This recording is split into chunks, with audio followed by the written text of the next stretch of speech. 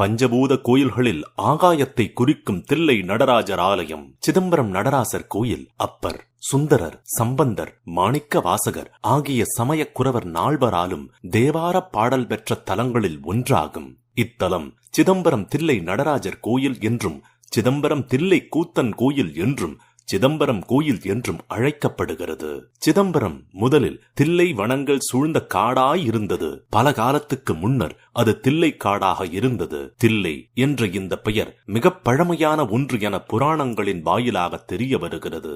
சரித்திர ஆராய்ச்சியாளர்களின் முடிவின்படியும் இது தில்லை வனங்கள் சூழ்ந்திருப்பதால் தில்லை என பெயர் பெற்றதாய் சொல்கிறார்கள்.